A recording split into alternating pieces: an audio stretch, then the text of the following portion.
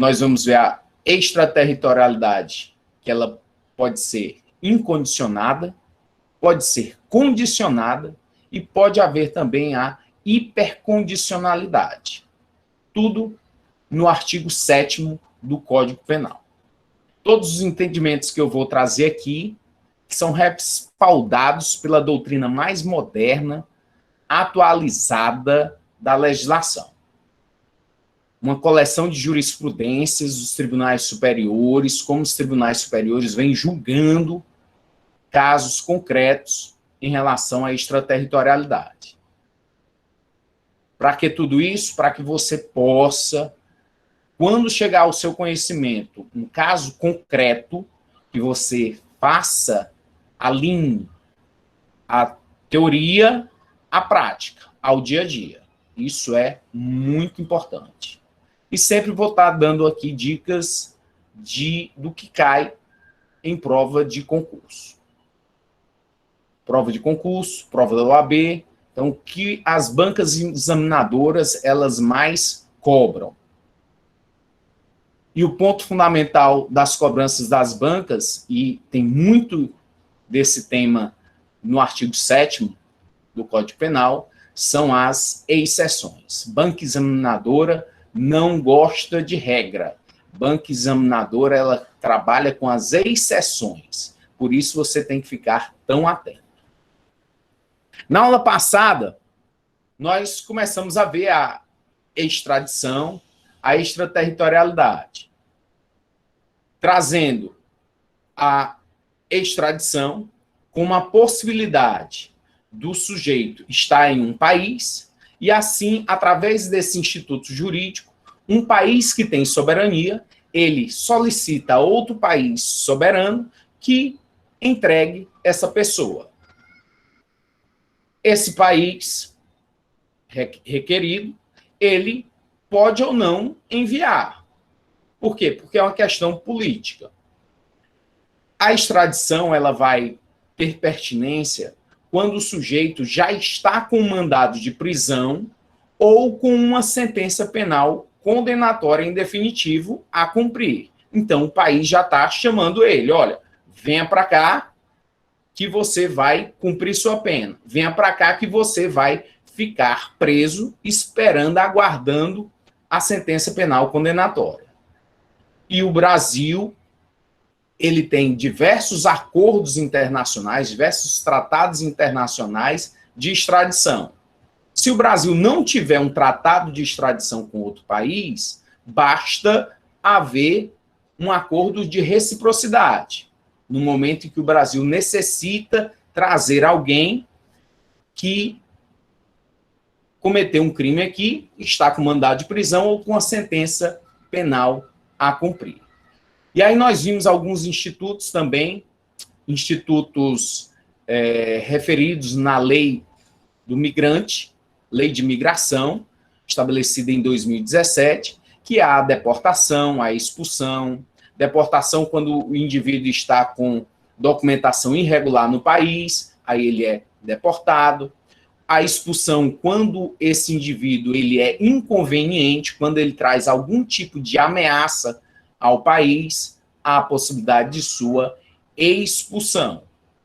E aí a gente começou a entrar no artigo 7º do Código Penal, estabelecendo primeiro as possibilidades da extraterritorialidade incondicionada. Vimos a questão do presidente da República, os crimes cometidos contra a vida ou a liberdade do presidente da República. Quando isso acontece, um crime cometido contra a liberdade ou a vida do presidente, independente do país onde foi praticado o crime, independente da nacionalidade do autor do crime, esse crime estará sujeito à lei penal brasileira. Lei penal do Brasil. Ah, mas ele foi processado e absolvido no estrangeiro. Não interessa. Não, ele já cumpriu pena lá no estrangeiro. Não interessa.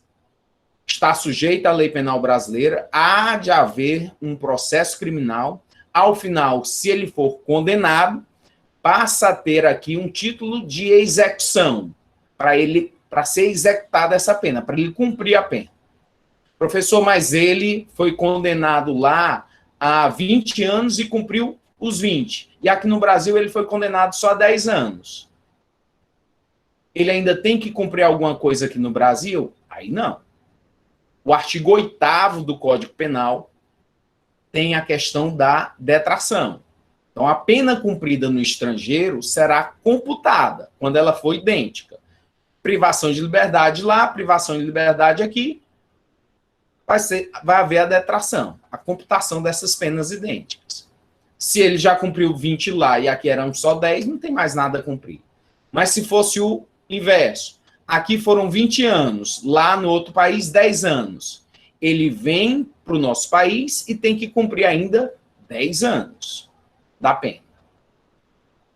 E aí você não precisa saber legislação de nenhum outro país. O que você tem que ter ciência é a lei penal brasileira, a sujeição da lei penal brasileira.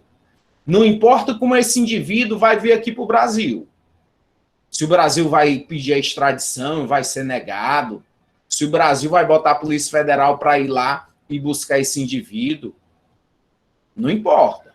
O que é importante? O que você tem que saber? É que nos casos em que a vida ou a liberdade do presidente da República, que é o nosso representante político maior, ela for afetada, tiver um crime contra ela, lei penal brasileira. Está esse crime sujeito à lei penal brasileira, independente de qualquer outra condição. É isso que diz.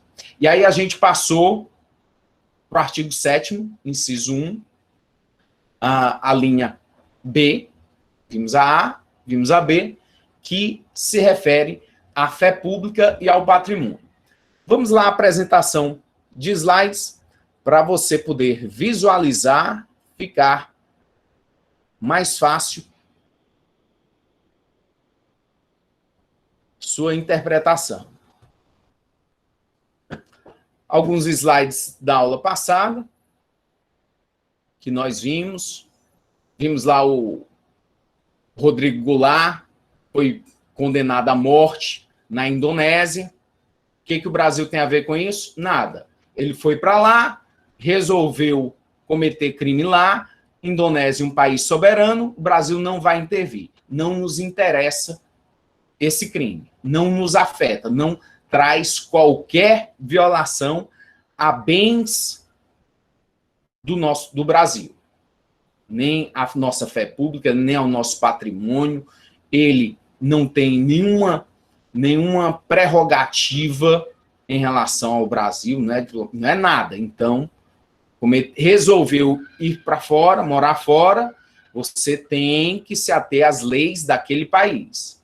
E se você resolver praticar o crime, vai ter as consequências do país. O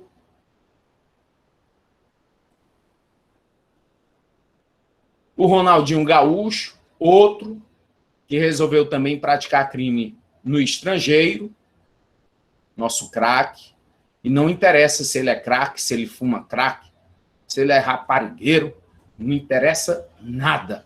Se ele vai em outro país e resolve cometer um crime lá, vai ter que se ater às leis do Paraguai. Não tem sujeição à lei penal brasileira. Professor, e vai ter alguma possibilidade de haver a sujeição da lei penal brasileira? Nós vamos ver no artigo 7º. Por enquanto, no caso dele, não há. Diferentemente do caso do Neymar. O caso do Neymar foi diferente. Foram atingidas as condições de procedibilidade do artigo 7º, inciso 2, que nós vamos ver. Por ele ser brasileiro, ele, supostamente autor do crime, e aí ele ingressou no Brasil. A vítima estava no Brasil, ele também, não havia sido punido lá no estrangeiro, na França, não foi absolvido lá, e ficou a possibilidade de aplicação da lei penal brasileira, que nós vamos ver essas condições de procedibilidade do caso Neymar, que aí sim foi possível a aplicação da lei penal brasileira.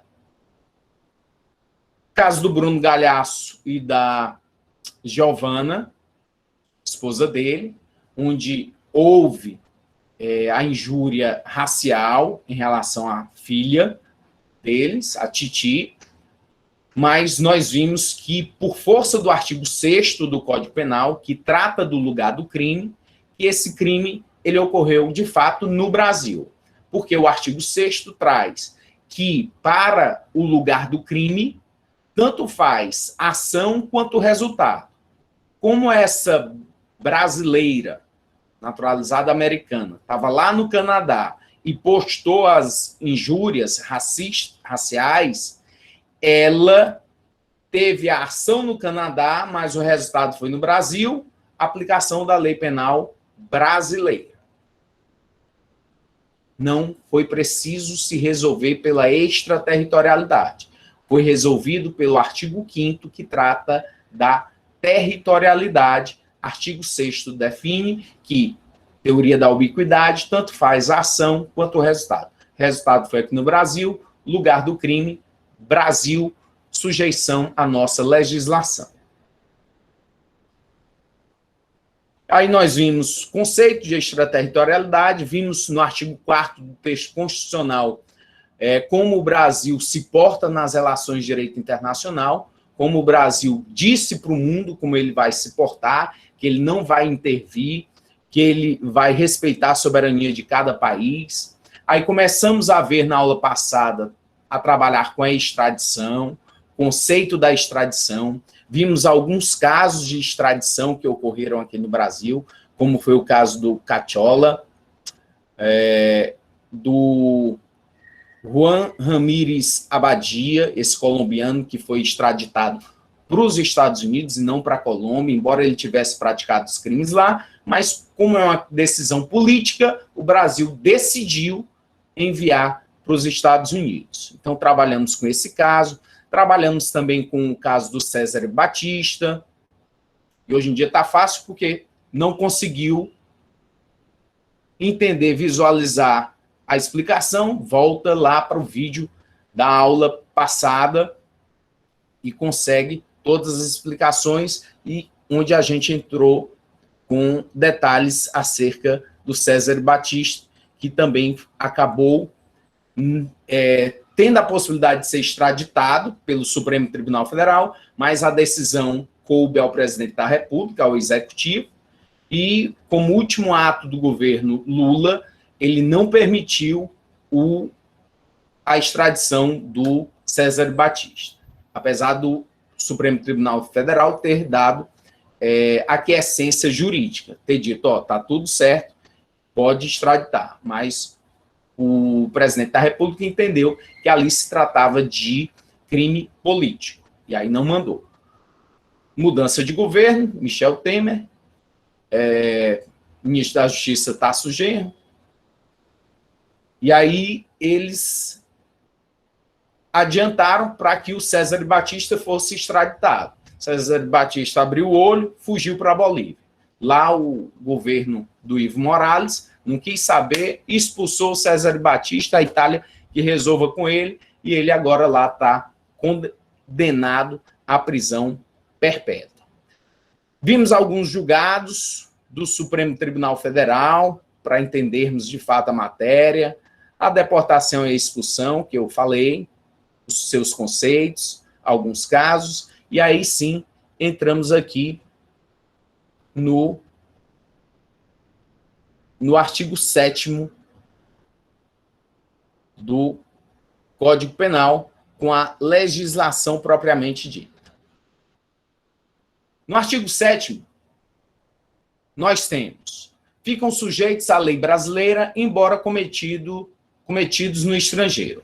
Inciso 1, os crimes. A, contra a vida ou a liberdade do presidente da República, falei. B, contra o patrimônio ou a fé pública da União, do Distrito Federal, de Estado, de território, de município, de empresa pública, sociedade de economia mista, autarquia ou fundação instituída pelo poder público. C, contra a administração pública por quem está a seu serviço, B, de genocídio, quando o agente for brasileiro ou domiciliado no Brasil. Parágrafo 1º. Nos casos do inciso 1, todos esses casos que eu relatei até agora, o agente é punido segundo a lei brasileira, ainda que absolvido ou condenado no estrangeiro. Então, não importa, conforme o parágrafo 1º, se o sujeito respondeu o processo criminal lá no estrangeiro e foi absolvido. Se ele respondeu o processo criminal, foi condenado, cumpriu a pena, não interessa. Ele, mesmo assim, está sujeito à lei penal brasileira. Na aula passada, nós vimos algumas jurisprudências sobre essas possibilidades, principalmente da linha B, terminamos com a linha B, e vimos a questão do patrimônio, como exemplo de um notebook do prefeito municipal de Fortaleza em viagem, e aí é furtado esse notebook em um hotel. Aplicação da lei penal brasileira? Claro que sim. Esse patrimônio é da prefeitura? Tem um tombo da prefeitura, é da prefeitura, foi furtado lá no hotel.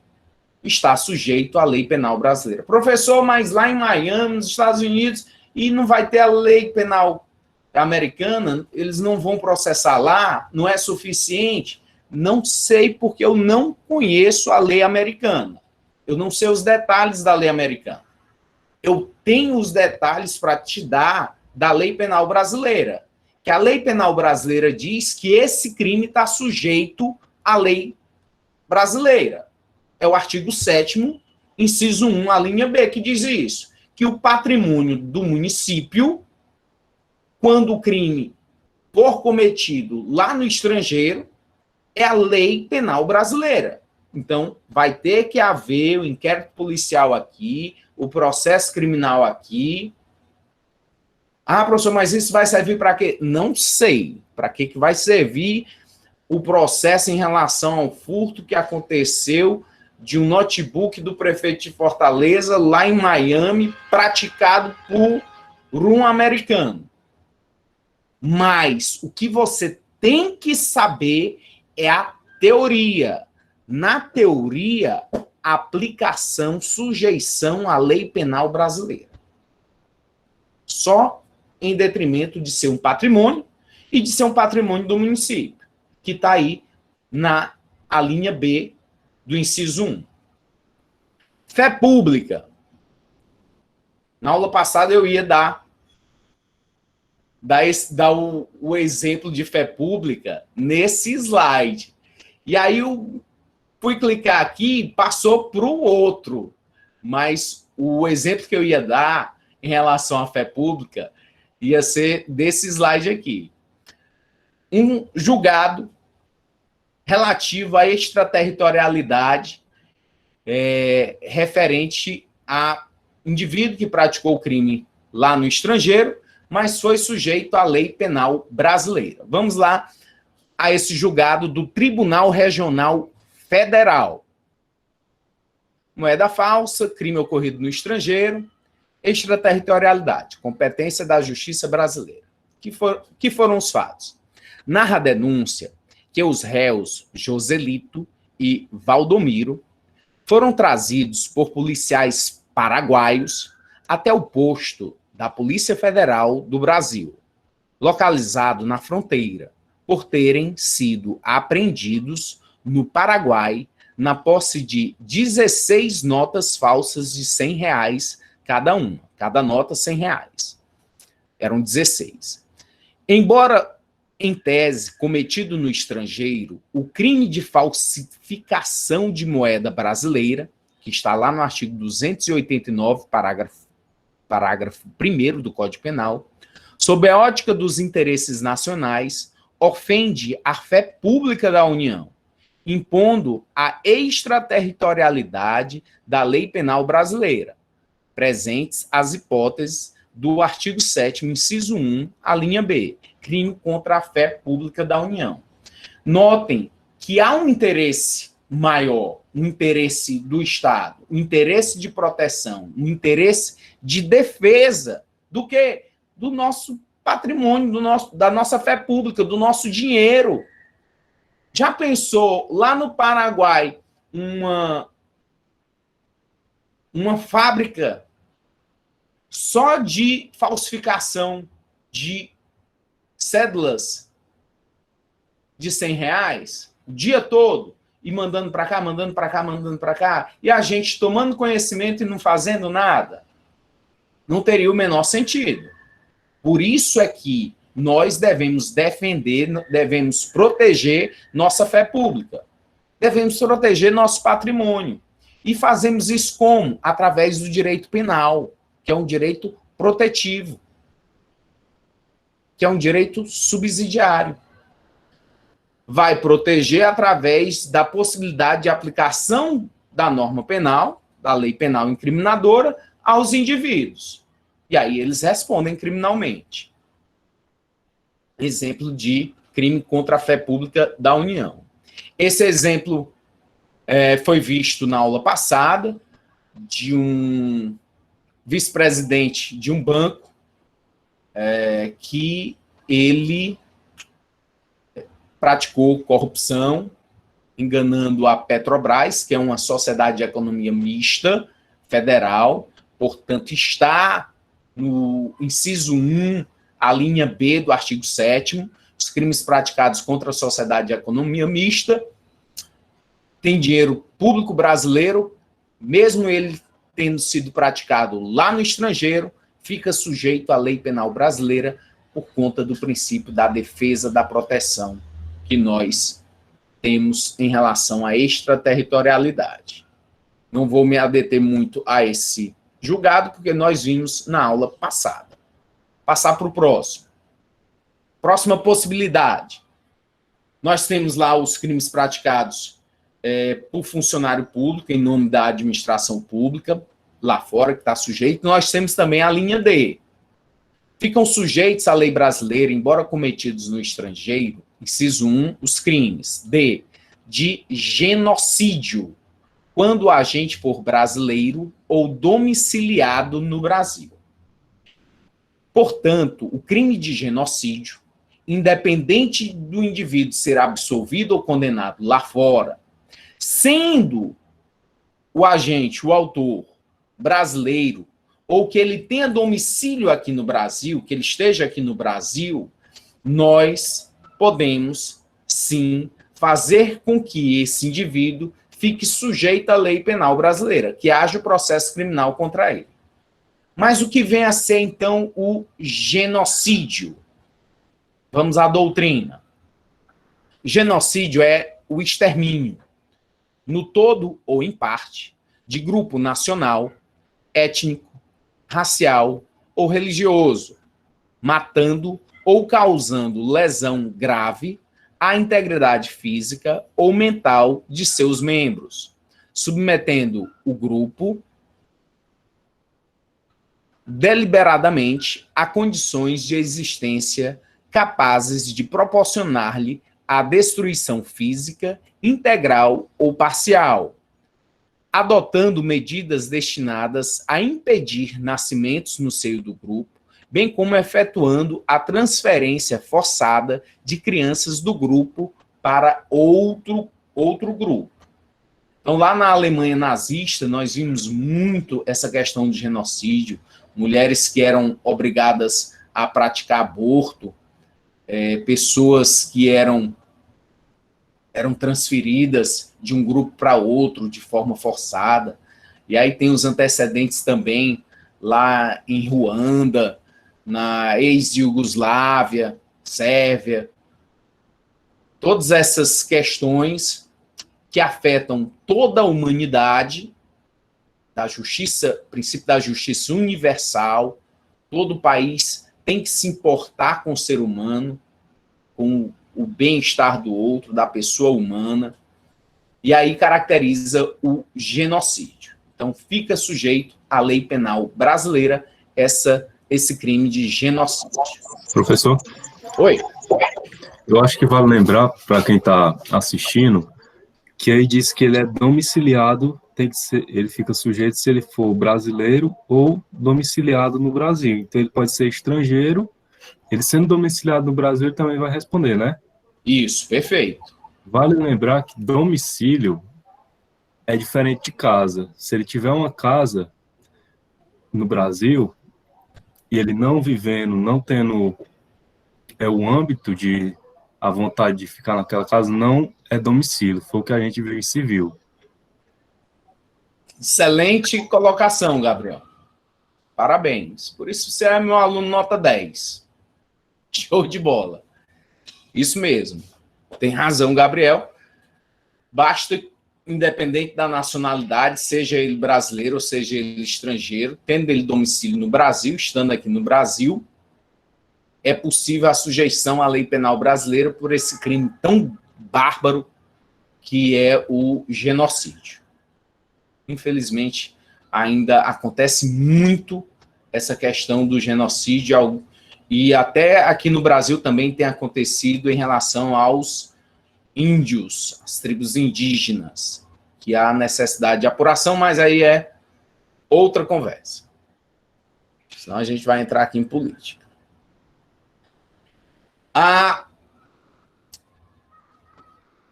questão relacionada à exceção. Sempre lembre das exceções. Na hora do estudo, que você for pensar, vou fazer uma prova da OAB, vou fazer uma prova de concurso, estou estudando o tema, vá na exceção, vá no que não está à amostra. E nesse tema aí do artigo 7º, inciso 1, o que não está à mostra é a extraterritorialidade incondicionada prevista na lei de tortura. A lei de tortura é a lei número 9.455 de 97. E aí o artigo 2º diz: o disposto nesta lei aplica-se ainda quando o crime não tenha sido cometido em território nacional, sendo a vítima brasileira ou encontrando-se o agente em local sob jurisdição brasileira. Vítima brasileira de crime de tortura, seja o autor estrangeiro ou não, praticado fora do território nacional, princípio da proteção real ou da defesa. A extraterritorialidade é incondicionada, por isso, sem subordinação aos parágrafos 2º e 3º do artigo 7º do Código Penal. Portanto, essa é o que não está disposto no artigo 7º, inciso 1. É um caso de extraterritorialidade incondicionada, prevista numa lei específica. Nós vamos ver ainda o artigo 12 do Código Penal, mas que o artigo 12 diz o seguinte: a lei especial prevalece sobre a geral. Qual é a lei geral? É a parte geral do Código Penal. O artigo 7º é uma lei geral. E o que é a lei especial? A lei especial é a lei de tortura. Uma lei extravagante, uma lei criada especificamente para um determinado tema. Então, ela prevalece. Portanto, fixe que, se o crime for de tortura praticado no exterior contra brasileiro, será lei penal brasileira, está sujeita à lei penal brasileira, independente de qualquer condição. Basta que tenha havido crime. Vou trazer uma jurisprudência que é um caso chocante, um caso terrível que aconteceu. E por ele, você vai conseguir fixar bem essa questão da extraterritorialidade incondicionada relativo ao crime de tortura. Vamos aqui. É um julgado do Superior Tribunal de Justiça. Em 2009, Natalice, brasileira, e Agostino, italiano, esse casal, ela brasileira e ele italiano, residentes na Itália, contrataram uma brasileira para prestar serviços domésticos em sua residência. Então, eles foram atrás de uma doméstica aqui do Brasil. Ela brasileira, tinha noção, E aí veio atrás de uma pessoa humilde, de poucos conhecimentos, para atrair, para levar lá para Itália, para Gênova. E aí procurou lá na Bahia, não encontrou, foi encontrar uma moça em Maceió, nas Alagoas. Prometeu mundos e fundos, mostrando imagens da Itália, se comunicando via Facebook, e aí dizendo, ó, venha, depois a gente vai conseguir sua cidadania italiana, vai ser ótimo para a sua vida. E aí a moça lá de Maceió, interior, na cidade perto de Maceió, na região metropolitana, ela se interessou pela promessa. Anne Dowling, jovem de origem humilde, do interior da Bahia, aceitou a proposta de emprego. Então, não foi de Maceió, mas ela procurou primeiro lá em Maceió e acabou encontrando essa moça na Bahia. Mas primeiro porque a Natalice era lá de Alagoas. Já no exterior, foi exigido o imediato ressarcimento dos valores gastos para custear a viagem. Afirmaram que esta estava lhes devendo cerca de 419 euros. 419 euros de quê? Da passagem aérea que eles compraram para ela ir até a Itália. Passaram a exigir a prestação dos serviços domésticos sem qualquer remuneração, impedindo também que a empregada saísse na rua. Então, ela ficava trancada na casa, o máximo que ela ia era no jardim. Foi agredida física e psicologicamente por 8 meses, com surras de cinto, socos, imposição de garfo quente nos seus órgãos genitais, introdução de cabo de vassoura em seu ânus, aperto do seu clítoris com tesoura, golpes nas costas, braços e mamas. Isso foi retirado da decisão do julgamento do Superior Tribunal de Justiça, ipsis liter, é o que está descrito lá. Retorno ao Brasil viabilizado após desgastante desfecho, com o custeio da passagem pela genitora da vítima. 2. Competência da Justiça brasileira para julgar o crime de tortura cometido contra nacional no exterior como expressão do princípio da extraterritorialidade incondicionada, do artigo 1º, inciso 2, e artigo 2º da Lei 9.455 de 1997, Lei de Tortura. Foi decretada a prisão lá do casal, tanto da Natalice quanto da Agostini. Como o Agostini italiano, a Itália não vai extraditar o seu nacional, o Brasil solicitou a extradição da Natalice, a brasileira. A prisão preventiva foi decretada por conta dos pressupostos do artigo 312 lá do Código de Processo Penal. E aí a extradição foi solicitada à Itália. Então, um caso chocante, terrível, e que acontece muito, mas que serve para dar o entendimento, através desse exemplo, de que o crime de tortura, ele praticado no estrangeiro, contra brasileiro, se procede de forma incondicionada, sem precisar qualquer outra condição, basta que tenha havido o crime.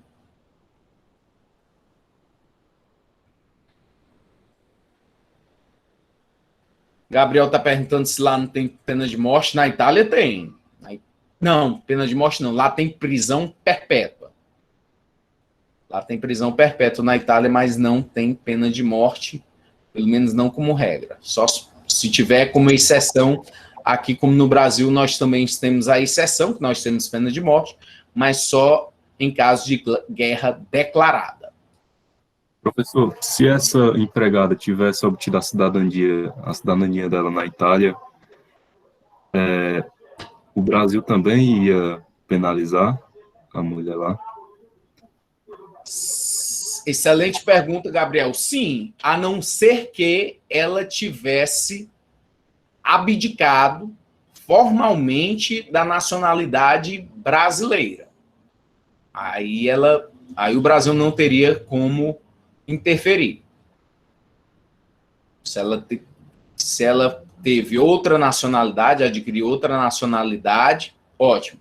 Essa multinacionalidade não tem nenhum problema. Você não perde a cidadania brasileira a partir do momento que você ganha outra nacionalidade. Mas você pode deixar de ser brasileiro a partir de uma expressão formal, individual, que você declara expressamente abdicar da nacionalidade brasileira.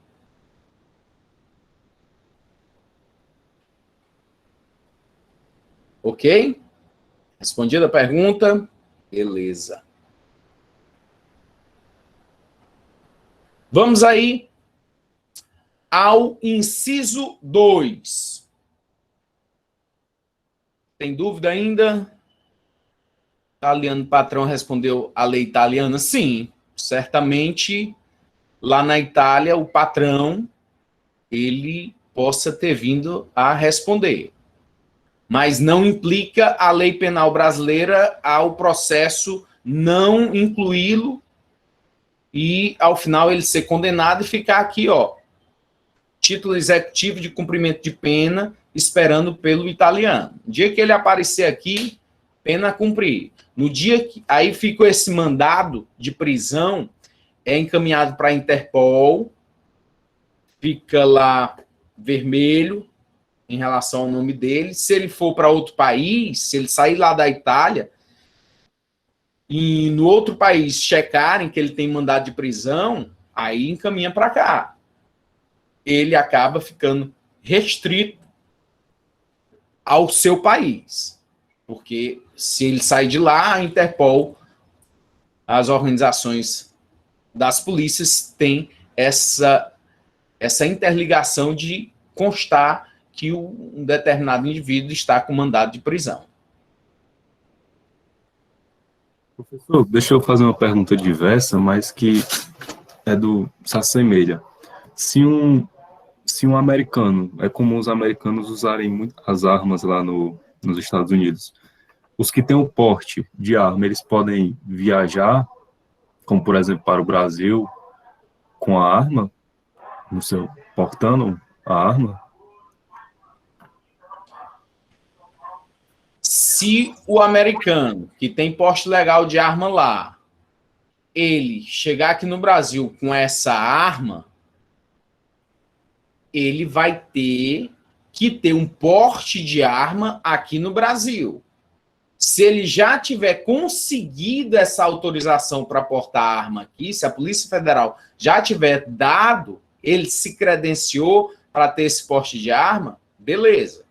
Se não, o porte de arma americano, ele não tem valor aqui no Brasil. Espero ter respondido a sua pergunta.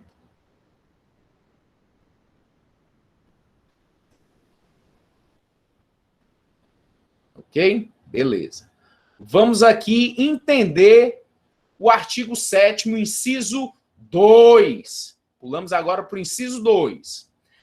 Nós tratamos aqui no artigo 7º, inciso 2, da extraterritorialidade condicionada.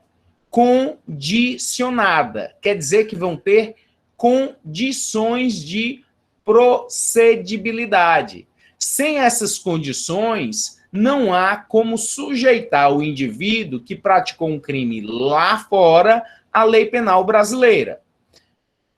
Necessário, então, saber todas as condições. Que condições são essas? Onde elas estão? Estão no parágrafo 2º do mesmo artigo 7º. E aí você tem que saber exatamente todas as condições para ser possível que esse crime praticado do inciso 2 do artigo 7º possa ter a repercussão, a sujeição da lei penal brasileira. Vamos primeiro saber quais são os crimes em que há a possibilidade da lei penal brasileira incidir a crimes mesmo ocorridos lá no estrangeiro. Artigo 7º. Ficam sujeitos à lei brasileira, embora cometidos no estrangeiro. Inciso 2. Os crimes. A.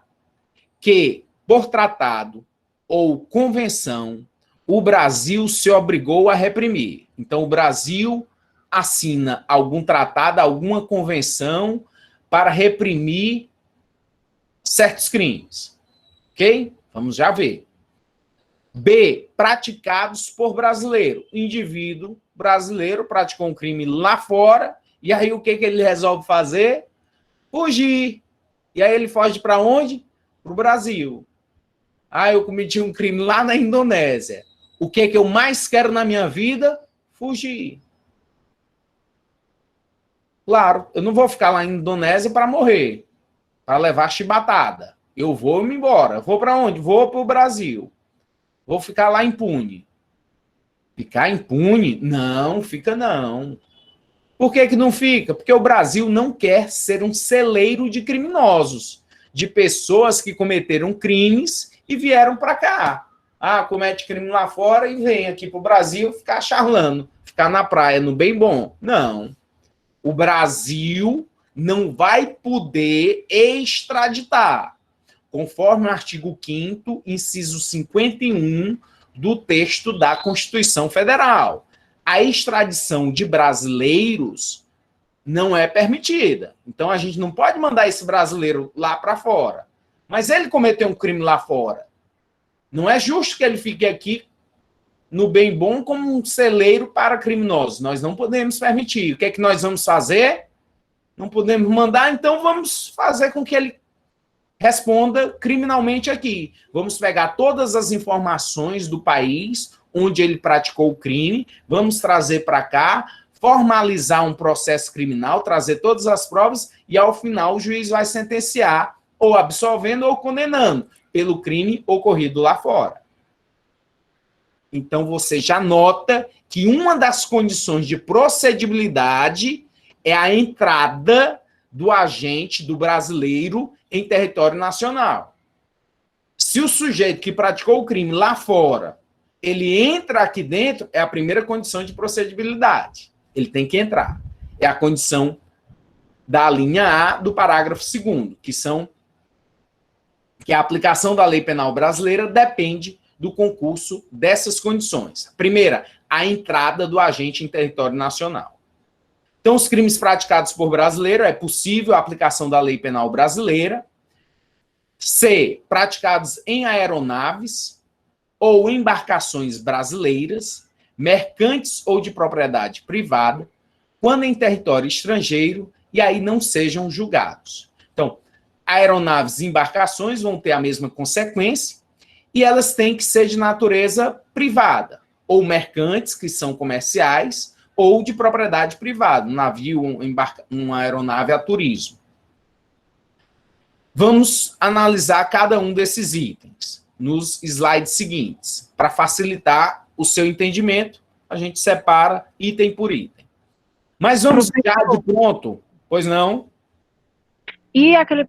Porque na época do nazismo e tal, não teve umas pessoas que cometeram atrocidades e vieram aqui para o Brasil. Por que essas pessoas, muitas pessoas, vieram para cá e saíram impunes? Isso é por causa da falsa identidade delas, que elas colocaram e tal? Eu entendi, mas eu não consegui assimilar bem o exemplo. Porque se pessoas praticaram crimes, aí você tem que ter... cada caso é um caso. No direito penal, a gente estuda caso a caso. Bom, cometeram crimes. Aonde esse crime foi cometido? Esse crime foi cometido dentro de um navio? Ok. Esse navio, ele é público ou privado? Se ele é público de um outro país, sujeição da lei penal daquele país. Se ele é um navio brasileiro... Não foi navio, não. É porque eu tô gripada, acho que eu me expressei mal. Mas é do nazismo, na Alemanha nazista. Aí eles vieram para cá. E muitos deles estavam vivendo lá no Sudeste, nessas regiões assim. Certo, compreendi. Eu ouvi errado, perdão. Eu ouvi navio, é nazismo. Tá. Em relação a essas pessoas que vieram para cá, é possível o quê? Extradição. Sujeito nazista, alemão, cometeu um crime lá na Alemanha, vem aqui para o Brasil, o que se faz? Prende a pessoa, certamente deve estar com mandado de prisão ou uma pena já de cumprimento de pena, e através da extradição a gente encaminha essa pessoa. Esse crime, ele, se é de genocídio, ele pode até estar sujeito à lei penal brasileira, mas por questões de relações internacionais, o mais correto, o mais prudente é entregar essa pessoa que já foi julgada, que já foi condenada, ou que está com uma prisão lá, para o país requerente. Acredito que tenha sido mais ou menos a sua dúvida. Espero ter respondido. Ou expulsá-lo, né? Se não houver pedido de extradição, é uma possibilidade o Brasil expulsar essa pessoa. Ou deportar, se estiver com um documento irregular. Tem 3 possibilidades de tirar um estrangeiro aqui do Brasil: expulsão, extradição ou deportação. Vamos aí ao artigo 7º, parágrafo 2º, para vermos todas as condições que o Brasil exige nos casos do inciso 2. A extraterritorialidade, ela vai ser condicionada a esses requisitos. E eles são concomitantes, eles devem estar todos preenchidos. Se faltar um, não há como aplicar a lei penal brasileira a esse crime ocorrido lá no estrangeiro. Vamos a elas. Primeira possibilidade: entrar o agente no território nacional. Por quanto tempo? Não diz. O 10 minutos serve? Serve, né? Já que não está dito, está dizendo só que é entrar. Se ele entrou em território nacional, condição de procedibilidade, ok. B. Ser o fato punível também no país em que foi praticado. Princípio da dupla punibilidade ou dupla tipicidade. Tem que ser crime aqui no Brasil e tem que ser crime lá no estrangeiro. Por exemplo, lá na Inglaterra, eles não punem o aborto. Então, se a brasileira foi lá na Inglaterra e praticou um aborto, não há como ela, vindo aqui para o Brasil, sujeitar ela à lei penal brasileira, em detrimento desse crime só ser crime aqui no Brasil e não ser crime lá no país onde ela praticou. C. Está o crime incluído entre aqueles pelos quais a lei brasileira autoriza a extradição. Nós vimos, na aula passada, a lei de imigração, os casos em que o Brasil não permite a extradição. A pena inferior a 2 anos, se o crime é político. Então, são todas condições que vedam a questão da extradição. D. Não ter sido o agente absolvido no estrangeiro ou não ter aí cumprido a pena. O Brasil, ele deve se preocupar em fazer justiça para que não haja impunidade. Se lá no estrangeiro ele praticou o fato, respondeu o processo e foi absolvido, não temos que fazer mais nada. Está resolvido. Se lá no estrangeiro ele praticou o crime, foi condenado, cumpriu a pena, não tem que fazer mais nada. Está resolvido. São crimes, conforme o inciso 2, onde, para esses crimes, a extraterritorialidade é condicionada. Então, a condição: ele nem cumpriu pena ou não foi absolvido, para que haja o procedimento criminal aqui. Não ter sido o agente perdoado no estrangeiro ou por outro motivo, não está extinta a punibilidade, segundo a lei mais favorável. Então, perdão. Alguns casos é possível haver perdão na lei penal brasileira. Exemplo, um homicídio culposo em que as consequências do crime são tão drásticas à pessoa do condenado que o próprio crime já foi uma punição. Já é uma punição que ele vai carregar para o resto da vida. Poderá, nesse caso, o juiz dar o perdão. Casos de perdão, eles têm que estar expressos na lei.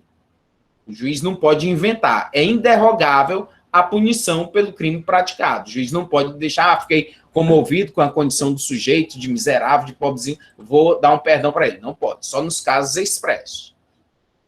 E aí o juiz deu perdão. Se tivesse sido dado perdão lá no estrangeiro, está resolvido. Casos de extinção da punibilidade. A prescrição é um caso em que o tempo correu, o Estado não agiu, não foi hábil, não colocou sua máquina administrativa para fazer com que o indivíduo viesse a cumprir a pena pelo crime praticado, e aí quem vai ser punido é o Estado, em não poder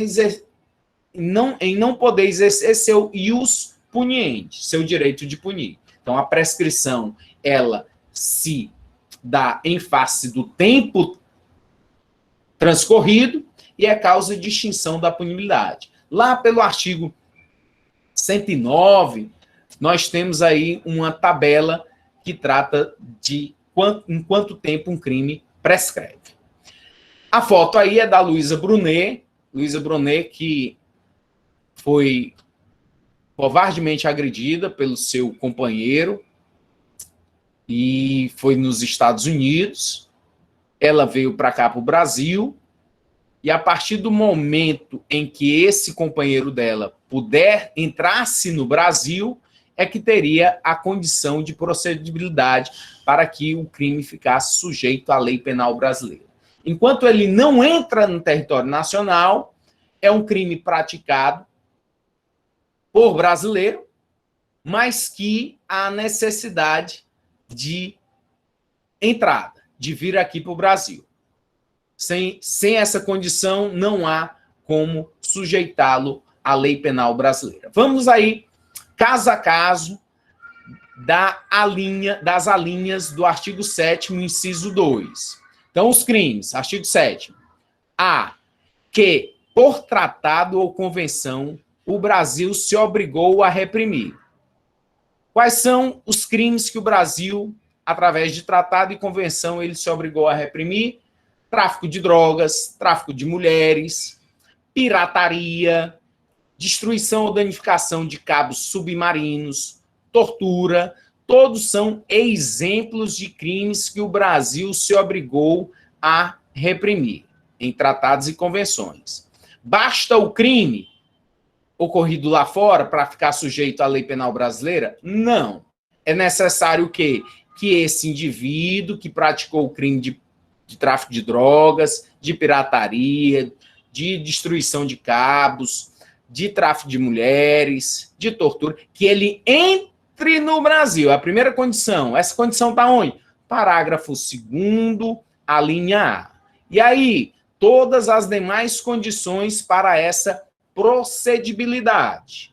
Sem elas, não há como fazer a sujeição do sujeito à lei penal brasileira. Um julgado do Tribunal Regional Federal. Uso de documento falso. Passaporte autêntico com visto consular falsificado. Princípio da extraterritorialidade condicionada. Então, o sujeito, ele tem um passaporte brasileiro, autêntico, mas o que ele vai burlar, o que ele vai falsificar? O visto americano. Manca, olha aí. O crime cometido por estrangeiro, por brasileiro, O crime cometido por brasileiro no estrangeiro, uso de visto consular americano falso em passaporte brasileiro autêntico, fica sujeito à lei brasileira, satisfeitas as regras da extraterritorialidade condicionada. Artigo 7º, inciso 2, a linha B, parágrafo 2º do Código Penal. 2. Confirmada a materialidade do crime, a ação voluntária e consciente do acusado no uso de documento falso, que é o crime do artigo 304 do Código Penal, é de ser mantida a sentença, que, analisando criteriosamente a prova, aplicou a reprimenda adequada. Então, o brasileiro praticou um crime no estrangeiro. Crime de quê? De uso de documento falso. A rigor, não é um crime de extraterritorialidade incondicionada, porque não está no inciso 1 do artigo 7º, mas está no artigo 7º, inciso 2. Crime praticado por brasileiro, lá no estrangeiro. Para esse crime praticado lá no estrangeiro poder ter a legislação penal brasileira, é necessário que as condições de procedibilidade do artigo 2º, do parágrafo 2º, que é o mesmo caso, relativamente, fazendo paralelo, do Neymar, do jogador Neymar.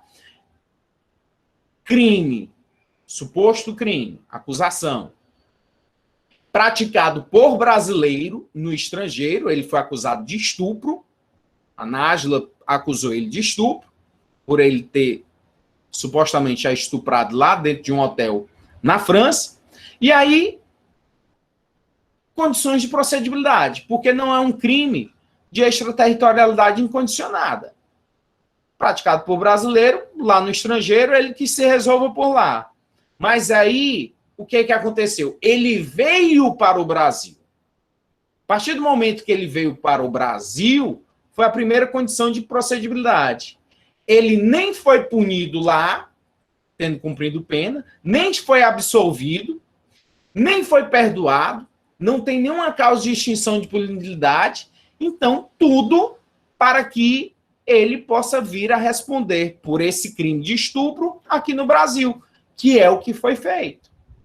Ele respondeu, teve que prestar esclarecimentos acerca desse fato à justiça brasileira, porque houve a possibilidade de sujeição desse suposto crime à lei penal brasileira, porque os requisitos de procedibilidade do parágrafo 2º todos estavam ok. Se tivesse tido pelo menos um que não tivesse dentro das condições, não haveria como fazer qualquer investigação acerca da conduta dele. Outro julgado, agora do Tribunal de Justiça do Estado do Amapá. Vamos agora para o Amapá. Um julgado de 2020, junho de 2020, maio de 2020, 5/5/2020. Penal e processual penal, estupro. Crime praticado por brasileiro no estrangeiro, extraterritorialidade condicionada. 1. O crime supostamente praticado por brasileiro contra brasileira no estrangeiro configura hipótese de extraterritorialidade da lei brasileira, que somente pode ser aplicada se satisfeitas cumulativamente as condições previstas nas alíneas do parágrafo 2º do inciso 2 do artigo 7º do Código Penal. Nesses casos, a ação penal ajuizada sem observância das referidas condições padece de procedibilidade, impondo-se a declaração ab initio de nulidade, inclusive da denúncia, recurso da acusação prejudicada. Então, esse caso é bem semelhante ao caso do menino Neymar. Por quê? Porque é estupro, acusação de um suposto estupro, só que nesse caso, julgado pelo tribunal do estado do Amapá, faltou uma das condições, que foi o quê? O brasileiro autor do crime ter vindo para o Brasil. Foi isso que faltou. Então, se faltou uma das condições de procedibilidade, não há como prosperar. Não há como haver o processo.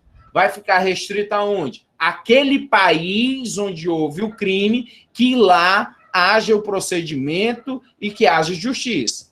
Pelo Brasil, não pode. Não está sujeito à lei penal brasileira, porque faltou uma das condições de procedibilidade que está contida no parágrafo 2º do artigo 7º.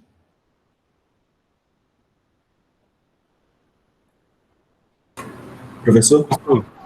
Oi. Alguém aqui no Brasil pode entrar com uma ação contra algum estrangeiro? O estrangeiro está em outro país? Gabriel, você fala de ação civil ou ação criminal? Ação criminal. Um brasileiro vai impor uma ação... Eu não entendi a pergunta. Você pode repetir, por favor? Entrar com ação na justiça contra um estrangeiro. Relativo a um crime? Isso. Sim, pode. Desde que essa possibilidade de procedibilidade seja adequada ao artigo 7º. Então, esse estrangeiro, ele praticou um crime lá fora, lá no estrangeiro, contra um brasileiro. E aí ele vem aqui para o Brasil, e agora está aqui, aí já tem a condição de procedibilidade. Me tira só uma dúvida. Qual é a diferença dessa extraterritorialidade incondicionada e acondicionada? É só uma que é do inciso 1 e a outra é do inciso 2? A incondicionada não precisa de nenhuma dessas condições do parágrafo 2º. Não precisa o sujeito entrar no Brasil, não precisa ter sido absolvido ou condenado lá fora, não precisa dessa checagem. A incondicionada não precisa. A condicionada necessita de todas as condições do parágrafo 2º do artigo 7º. Ele tem que entrar, o autor tem que entrar aqui no Brasil, tem que ser crime lá e tem que ser crime aqui, ele não pode ter sido perdoado ou absolvido ou já ter cumprido pena lá fora. Todas essas condições. É a condicionada. E a incondicionada não precisa de condição nenhuma. Essa é a diferença. Ok, obrigado. Professor? Oi? Nesse caso aí que o Gabriel Marques estava falando, por exemplo, se o crime toca o Brasil, então a gente pode processar, né? Tipo, por exemplo, se um estrangeiro fraudou alguma coisa, cometeu um estelionato, fez algum brasileiro entregar dinheiro para eles em troca de alguma coisa e, enfim, sofreu uma fraude. Isso cabe processo aqui no Brasil, né? Porque Gabriel, excelente pergunta. Que, pelo seu exemplo, estaria sendo resolvida pelo artigo 6º do Código Penal, que trata do lugar do crime. E aí você traz o resultado ou ação tocando território brasileiro, princípio da territorialidade. O crime aconteceu em nosso território, porque o resultado iria ocorrer aqui. Então, territorialidade, não se trata de extraterritorialidade, que é o crime ocorrer em outro território. Certo, ok. Perfeito? Ok. Muito boa pergunta. Excelente.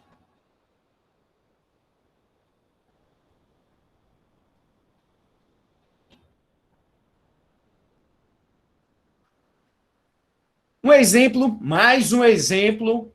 Sempre bom ter exemplo para você trazer a aplicação da lei nas situações do dia a dia, que você conseguir interpretar e aplicar a lei nas situações do dia a dia. Isso é o mais importante.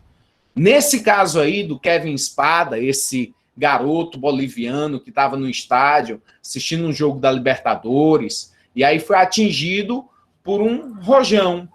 vindo da torcida do Corinthians.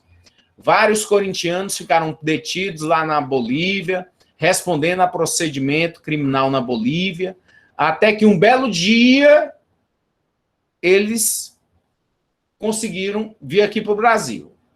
Conseguiram se sair da justiça boliviana, conseguiram liberdade e vir aqui para o Brasil. Antes da vinda deles aqui para o Brasil, não tinha por que o Brasil se intrometer. Lei penal lá da Bolívia. Homicídio na Bolívia, lei penal da Bolívia. A partir do momento que eles, os supostos autores, entraram no Brasil, para que não houvesse impunibilidade, para que houvesse justiça, e aí estabelecidas as condições do parágrafo 2º do artigo 7º, crime praticado por brasileiro, lá no estrangeiro, é necessário condições de procedibilidade. Ou seja, a primeira condição, o autor ter entrado em território brasileiro. Eles não terem sido julgados lá e absolvidos. Não terem sido julgados lá, condenados e terem cumprido a pena. Não terem sido absolvidos. Todas são condições. Ter sido crime lá e ser crime lá e ser crime aqui. Todas essas condições do parágrafo 2º é o que faz a extraterritorialidade condicionada.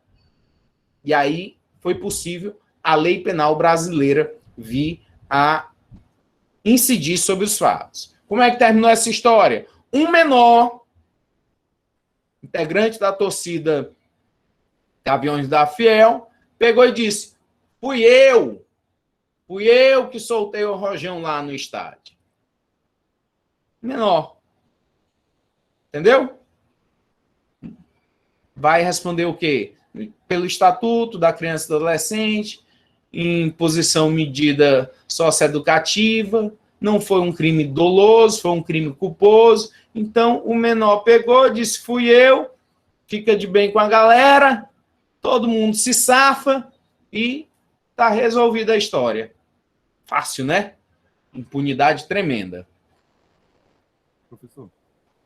Pois não? Vamos imaginar um caso aqui. Vamos! Vamos lá.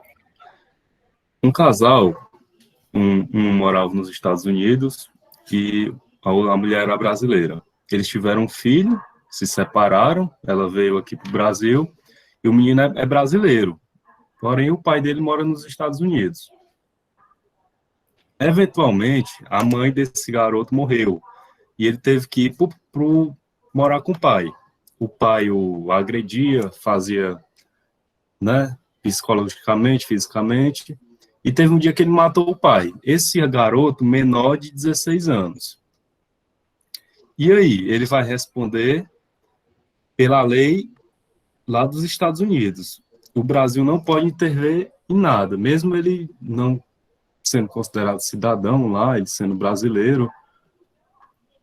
Como é que vai se dar aí? Porque lá, os menores, eles respondem, né? Aqui não. Os menores de 16 anos lá respondem. Até prisão perpétua, eu já vi uns vídeos que eles pegam. Alguns.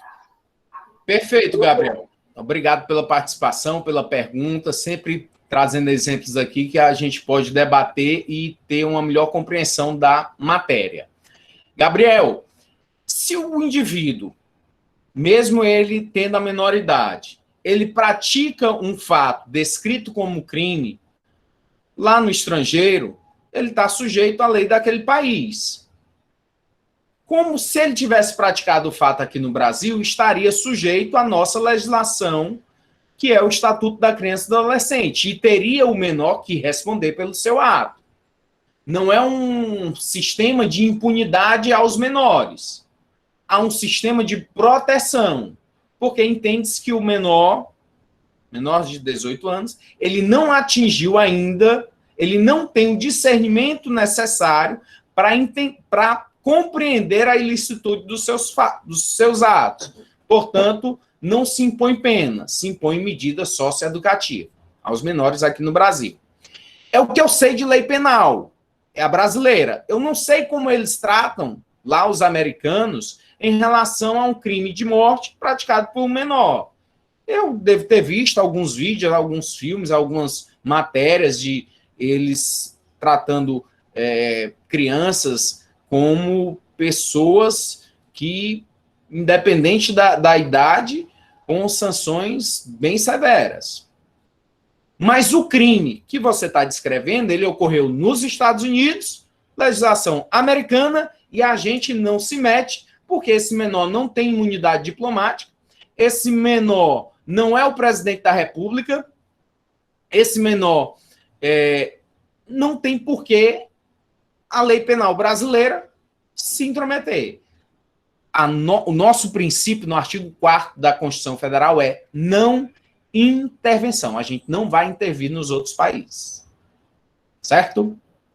Professor, esse caso que o Gabriel citou seria mais ou menos o caso daquele rapaz da droga lá acho que da Indonésia, né? Perfeito. Que ele chegou até a levar pena de morte e tudo, né? Seria mais ou menos a mesma situação. Ele cometeu um crime lá em outro país e respondeu pela lei daquele país, no caso que ele estava, né? Não foi a brasileira, foi a de lá. Perfeito, Virgínia. Excelente raciocínio. É isso mesmo. Agradeço demais. Ele cometeu um crime lá fora, tem que se haver as leis daquele país. Não há como haver uma imunidade em relação ao fato praticado. Se ele estava recebendo, se o pai o agredia, e no momento era uma agressão, aí vê a legislação de lá, se cabia ou não legítima defesa, mas aí é outro tema. Vamos aqui para a linha C do artigo 7º, inciso 2, que trata das aeronaves ou embarcações, essas de natureza privada, porque as de natureza pública, nós vimos no artigo 5º do Código Penal, onde quer que elas se encontrem, são consideradas como território brasileiro, sujeitas à lei penal do Brasil. Mas as aeronaves e embarcações de natureza privada, não. Elas, o que vai acontecer? Se a embarcação aeronave brasileira de natureza privada ou mercante adentrar a território estrangeiro, adentrar as 12 milhas marítimas, 12 milhas náuticas de outro país, lei penal daquele país. Respeito às leis penais daquele país. A aeronave está no espaço aéreo de outro país, está em pouso em outro país, a embarcação ancorada em outro país, lei penal daquele país, porque é de natureza privada ou de natureza mercantil. E aí o que vai acontecer? A possibilidade de aplicação de sujeição da lei penal brasileira é somente se forem reunidas as condições de procedibilidade do parágrafo 2º. Que condições são essas? São as condições estabelecidas no parágrafo 2º. Na linha A, sujeito, o autor do crime, tem que entrar aqui no Brasil, não pode ter sido punido lá ou ter sido já ter cumprido pena, ou ter sido absolvido, ou ter sido perdoado. Tem que ser crime lá, tem que ser crime aqui, para haver essa possibilidade do sujeito que cometeu um crime lá na aeronave ou embarcação brasileira de natureza privada poder ser sujeito à lei penal brasileira. Então, diz aí o inciso C, a linha C, praticados em aeronaves ou embarcações brasileiras, mercantes ou de propriedade privada, quando em território estrangeiro, e aí não sejam julgados. Então, aí sim vai caber a lei penal brasileira. Professor? Pois não? Eu não sei se eu entendi, mas se caso o crime não for julgado lá no estrangeiro, então a gente pode julgar, porque aí fala, e aí não sejam julgados? Isso, perfeito. Se não foi julgado lá, se o sujeito não foi punido lá, se ele não foi absolvido, se ele não foi perdoado, sujeição à lei penal brasileira. E é o que muito acontece, Gabriel, e obrigado pela sua observação, de navios que estão ali de passagem, é a chamada passagem inocente, estão de passagem por outro país, ocorre um crime e o navio continua, a aeronave continua. Não vai voltar, não vai retornar com um prejuízo gigantesco. Não. Vem aqui para o Brasil, na hora que chega no Brasil, aplicação, sujeição à lei penal brasileira. Independentemente quem era o autor, quem era a vítima, se era brasileiro, se não era brasileiro, pode ter sido um estrangeiro com outro estrangeiro. O inciso C não faz essa distinção. Então, sujeição à lei penal brasileira com os requisitos do parágrafo 7º, do parágrafo 2º do artigo 7º.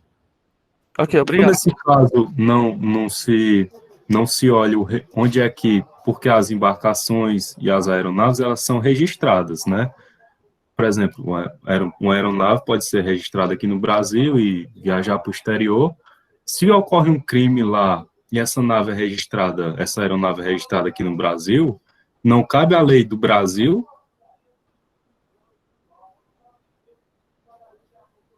Não cabe à lei. Depende de onde ela esteja. Depende de onde ela Em esteja. que né? local ela está? Se for em alto mar é território de ninguém. Aí vigora o princípio do pavilhão ou da bandeira. Toda aeronave, toda embarcação, ela tem um registro, tem uma matrícula que a vincula. Se tiver em território brasileiro ou em alto mar, lei penal brasileira. Se é um navio brasileiro ou se é um navio estrangeiro de propriedade privada ou mercantil que vem até o Brasil e ocorreu um crime lá, sujeição à lei penal brasileira, conforme a linha C. O registro só vale se tiver em alto mar, né? Como? Esse registro do navio ser registrado no Brasil só ocorre, a lei do Brasil, se o crime tiver ocorrido em alto mar, não é isso?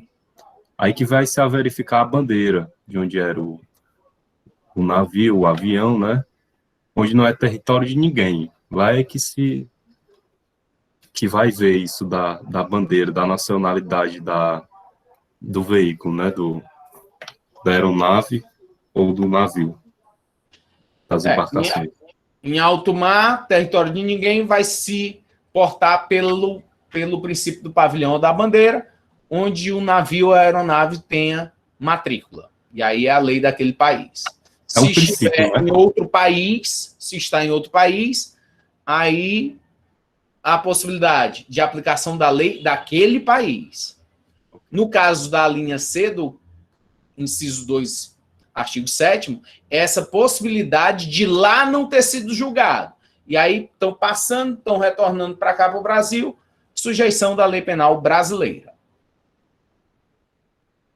Juridicamente, o navio pirata não existe. Foi até um tema, acho que o Gabriel Dantas tinha feito esse questionamento em outra aula. Juridicamente, o navio pirata não existe, pois toda embarcação tem um registro em um país ao qual se encontra vinculado.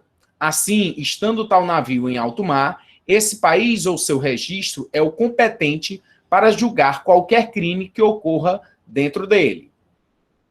Se um crime foi cometido a bordo de uma aeronave que apenas sobrevoou o Brasil sem pousar, pode ser aplicada a lei brasileira? Em tese, sim, porque o crime ocorreu quando a aeronave tocou o território nacional. E aí alguns doutrinadores vêm trazendo o princípio da passagem inocente, dizendo, se não tiver interesse, uma aeronave que saiu de Buenos Aires com destino a Miami, e quando estava na atmosfera brasileira, em passagem, houve um crime lá dentro.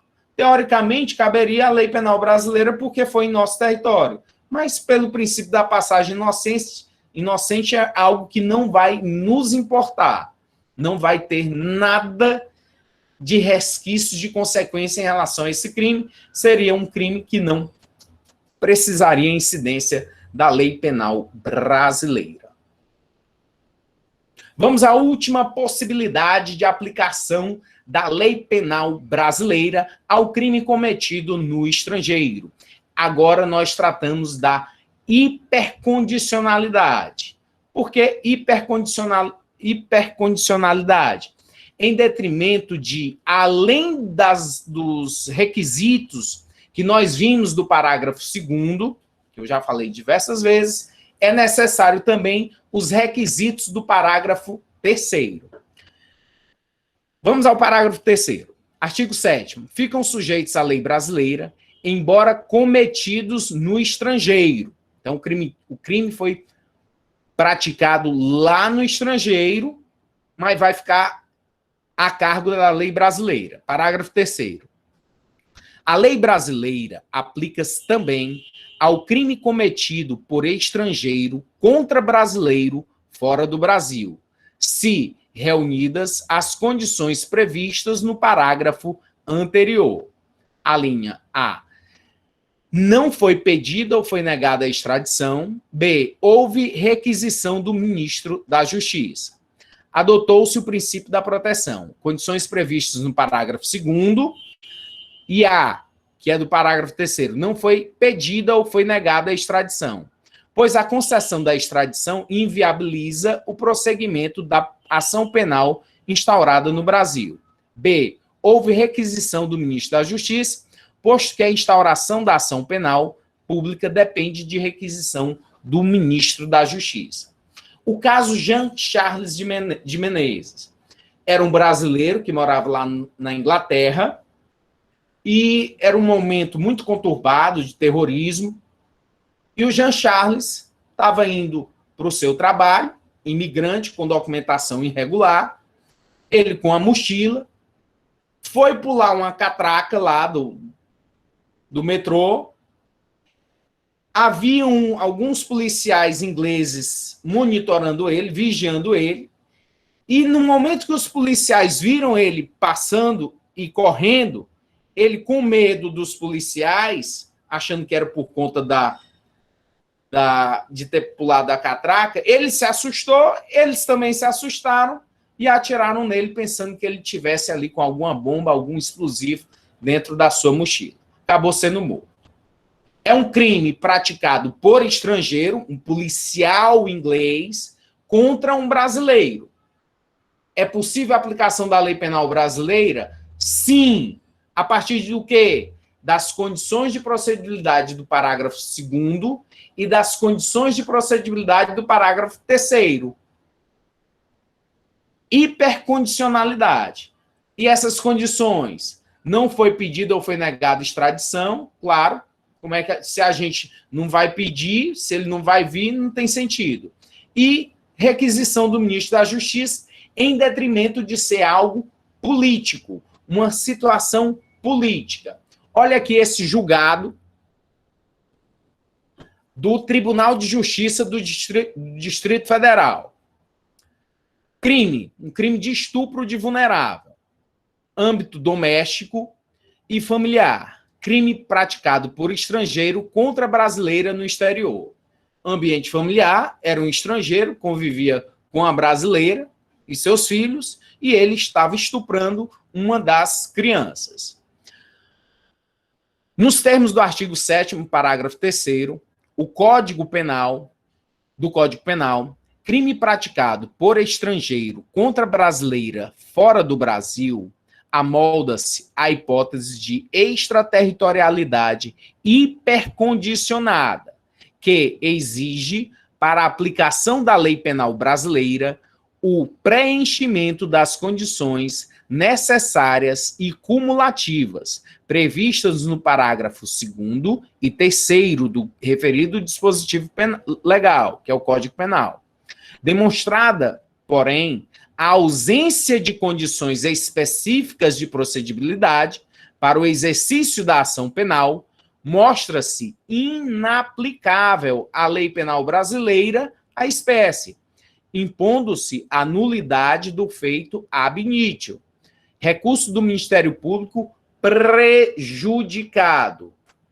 No caso, houve o quê? Houve o Ministério Público aqui querendo intervir em relação a essa situação da brasileira que foi estuprada pelo seu padrasto lá no estrangeiro, mas era necessário não o Ministério Público, mas o ministro da Justiça que é o nosso chefe em relação a questões de relações internacionais, do ministro da Justiça ter feito essa requisição. Como não fez, não houve a condição de procedibilidade adequada.